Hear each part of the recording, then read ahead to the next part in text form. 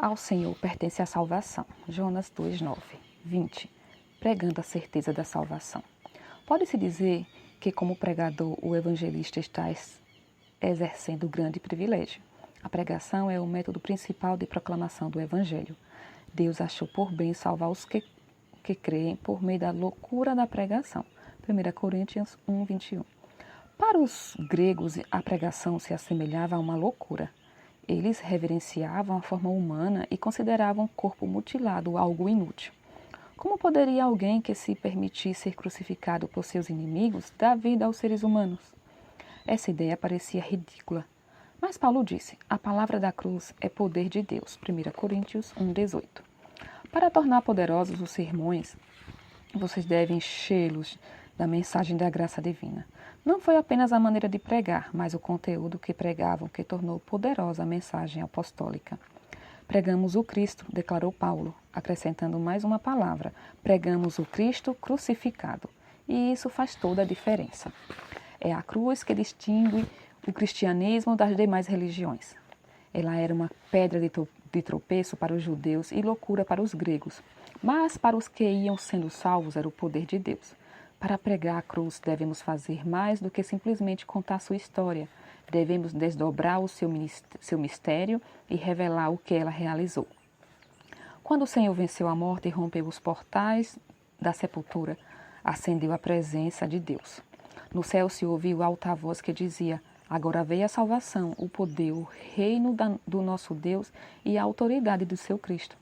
Pois foi expulso o acusador de nossos irmãos, o mesmo que os acusa de dia e de noite diante do nosso Deus. Apocalipse 12:10. Todo o universo se alegrou com a vitória gloriosa do Filho do Homem. O inimigo de Deus e da humanidade não apenas está batendo em retirada, ele está derrotado. Como ser negligente diante dessa verdade? Em nossas apresentações necessitamos da vitalidade que leva à ação. Os cristãos apostólicos que proclamavam a mensagem de Deus eram tão vívidos na sua apresentação que as pessoas eram levadas a ver Jesus. Foi com linguagem convincente quando testificavam dele. Notem a expressão, linguagem convincente. Sua mensagem não era monótona, descuidada e sem vida. Escrevendo aos Gálatas, o apóstolo declarou que Jesus Cristo foi exposto como crucificado. Gálatas 1:31. Gálatas 3:1. Expor Jesus diante dos olhos de um mundo atônico é a ocupação do pregador. Pregar grandes ideias. Esse é um tema grandioso e todos que proclamam nunca devem perder o permanente sentimento de admiração. Não devem amontoar a mensagem com elementos não essenciais sem diluir verdades extraordinárias com as futilidades. A pregação genuína leva a pessoa a contemplar a imensidão do amor de Deus. Aos assuntos triviais falta o poder de comover as multidões. Pobreza de pensamento nunca leva à ação. Por sua vez, grandes ideias motivam grandes decisões. Exposições muito detalhistas, em que a verdade se perde em minúcias, dificilmente elevam o coração ao céu. A história da igreja cristã revela que pregadores que movem as multidões para Deus sempre destacam a grandeza da salvação. Ao desvendarem as grandes paisagens da graça divina e revelarem a imensidão do eterno propósito divino, pessoas foram literalmente arrastadas para o reino dos céus. Assim, o púlpito é o lugar para proclamar as inestimáveis verdades. Preguemos sobre os grandes textos das Escrituras, os textos substanciosos, as tremendas passagens cuja vastidão quase nos deixa aterrados ao delas nos aproximarmos. Podemos sentir que apenas somos pigmeus na estupenda tarefa, mas nessas questões frequentemente é melhor perder-nos na imensidão do que confinar sempre nosso pequenino bote às enseadas limitadas que há ao longo da praia. Sim, devemos apegar-nos às grandes coisas, acerca das quais nosso povo não ouvirá em nenhum outro lugar. As coisas profundas, duradouras, as coisas que têm importância permanente. Portanto, os temas apostólicos devem ser os nossos temas. A santidade de Deus, o amor de Deus, a graça do Senhor Jesus, as solenes maravilhas da cruz, o ministério do perdão divino, a abolição da mortalidade da morte, a vida ilimitada, a casa de nosso Pai, a liberdade da glória dos filhos de Deus. Temas como esses devem ser o nosso poder e distinção. Ó Sião, você que anuncia boas novas, suba a um alto monte. Ó Jerusalém, você que anuncia boas novas, levante a sua voz fortemente. Levante-a, não tenha medo. Diga às cidades de Judá, eis aí está o seu Deus. Isaías 49. Leiam as epístolas paulinas e imediatamente serão dominados pela magnitude, esplendor e categoria desse grandioso pensador. Estudem a carta aos Efésios e passeiem com Paulo pelas margens do Rio da Graça. Levantem os olhos maravilhados para a grandeza da glória ao ele falar de Jesus. Vejam o Salvador com os olhos de Paulo. O mundo parecerá diferente. As paisagens locais parecem insignificantes depois que alguém contempla a amplitude da eternidade. Para habilitar as pessoas a compreender as grandes ideias, afastem-se dos pensamentos restritos e conduzam o povo ao terreno elevado de Deus e do Cordeiro. Percorram com eles as margens do rio da vida. Colham as folhas curadoras da árvore da vida e as coloquem nas feridas e tristezas da humanidade aflita. Preguem grandes ideias e proclamem a grande salvação de Deus. O drama da salvação. O céu se ocupa com grandes coisas. Foi uma grande ideia que moveu o coração de Deus a elaborar o plano da salvação. Foi um grande empreendimento arrebatar o despojo do valente e libertar o preso do tirano. Isaías 49, 24. Vou repetir isso aqui. O céu se ocupa com grandes coisas. Foi uma grande ideia que moveu o coração de Deus a elaborar o plano da salvação. Foi um grande empreendimento arrebatar o despojo do valente e libertar o preso do tirano. Isaías 49, 24. Para que isso se realizasse, nosso mundo se tornou o palco em que foi representado todo o drama do pecado e da salvação. Paulo teve uma visão dessa grande ideia quando escreveu: porque nos tornamos espetáculo para o mundo, tanto para os anjos como para os seres humanos. 1 Coríntios 4, 9. Ele viu o mundo como um palco em que todas as pessoas são atores nas cenas comoventes do drama, até que caia o plano. Ele viu o mundo como um palco em que todas as pessoas são atores nas cenas comoventes do drama, até que caia o pano sobre toda a grave tragédia do pecado. O mundo não está sem um governante. A majestade do céu tem sob sua direção o destino das nações e os negócios de sua igreja. A incansável vigilância dos mensageiros celestiais e seu incessante empenho em prol dos que vivem na terra nos revelam como a mão de Deus está guiando uma roda dentro da outra. O instrutor divino diz a cada qual que desempenha uma parte em sua obra o que, no passado, disse a respeito de Ciro: eu te cingirei, ainda que não me conheces.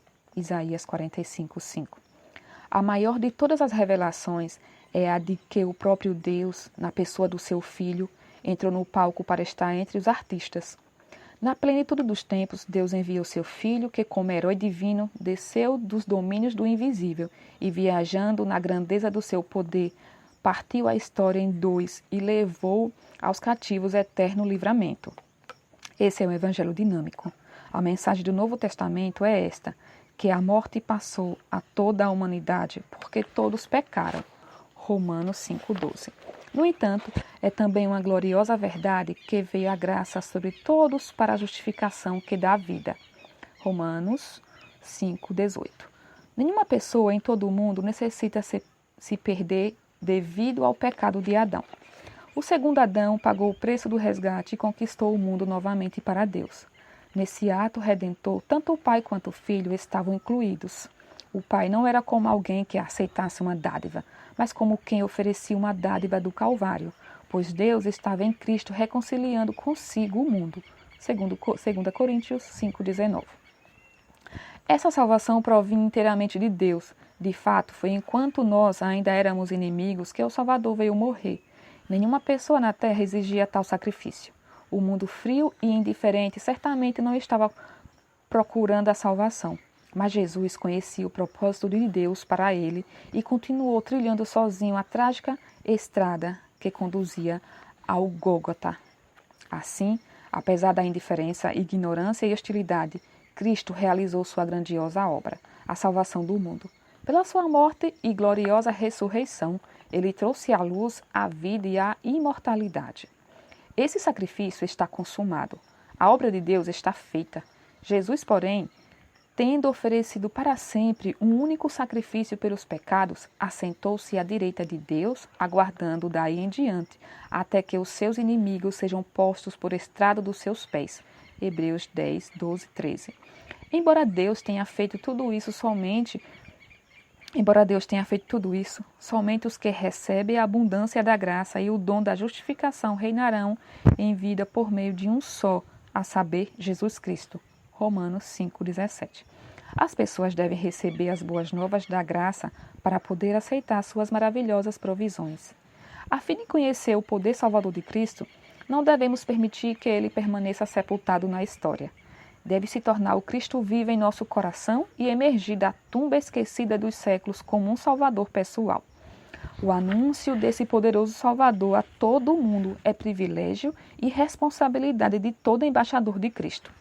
Ao proclamar as glórias de suas riquezas, devemos cuidar para que a verdade não seja obscurecida pela discussão de problemas políticos ou sociais do nosso tempo.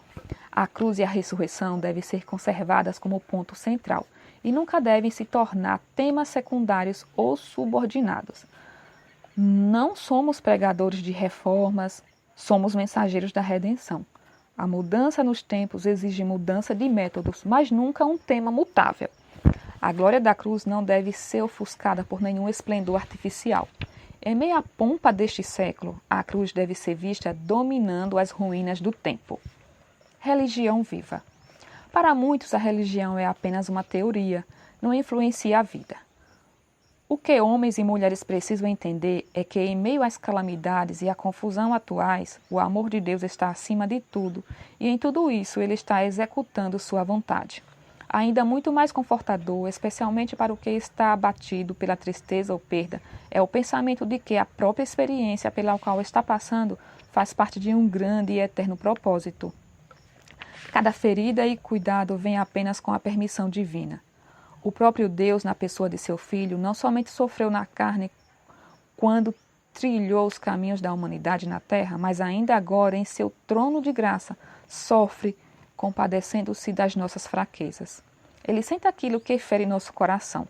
Em toda a angústia deles, também ele se angustiava, e o anjo da sua presença os salvou, por seu amor e por sua compaixão. Ele mesmo os remiu, e ele se tornou o salvador deles, declarou o poeta hebreu, Isaías 63, 9 e 8. Aquele que viajou com seu povo na jornada no deserto e que mais tarde se tornou o Filho do Homem para conhecer as dores do sofrimento e da morte, ministra agora para nos conceder sua graça e nos confortar em todo o tempo de necessidade. Quando uma pessoa vê a Deus como Ele realmente é, um Salvador que sofre e se compadece, é levada a lhe entregar o coração. Eis aí está o seu Deus. Foi a mensagem divina à geração desnorteada do templo de Isaías, Isaías 49. As cidades de Israel haviam sido devastadas pelos invasores assírios, mas Deus estava em seu trono e, embora permitisse a calamidade, ainda sofria com seu povo. Para comover, a pregação deve revelar certeza.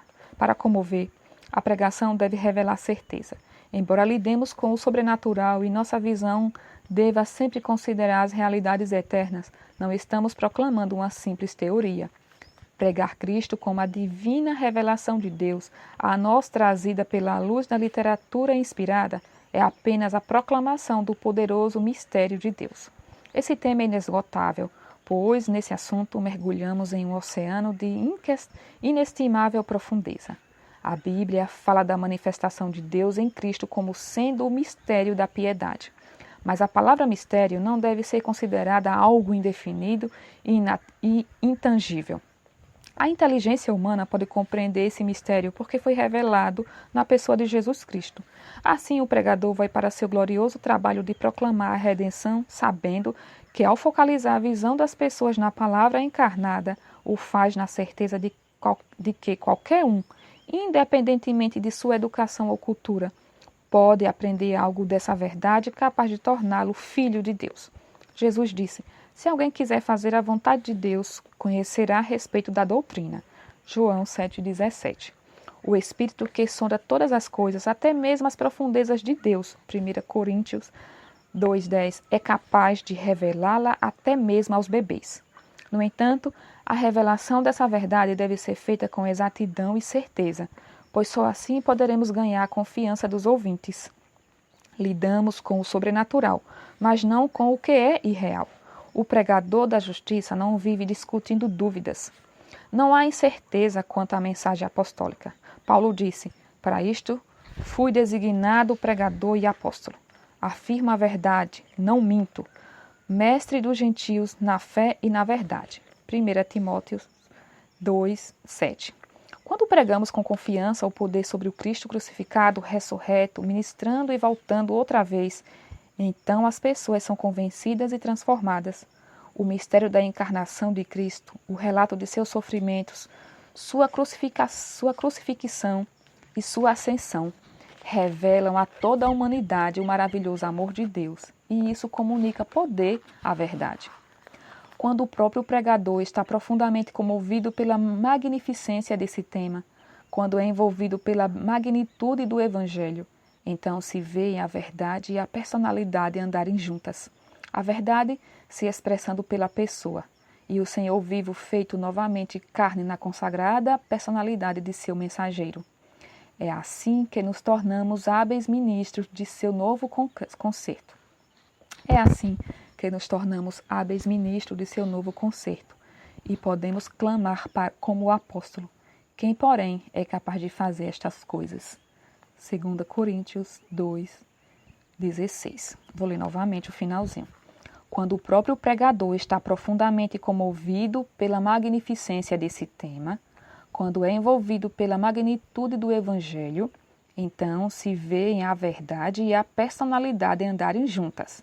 A verdade se expressando pela pessoa, e o Senhor vivo feito novamente carne na consagrada personalidade de seu mensageiro. É assim que nos tornamos hábeis ministros de seu novo concerto, e poderemos clamar como o apóstolo. Quem, porém, é capaz de fazer estas coisas? 2 Coríntios 2:16.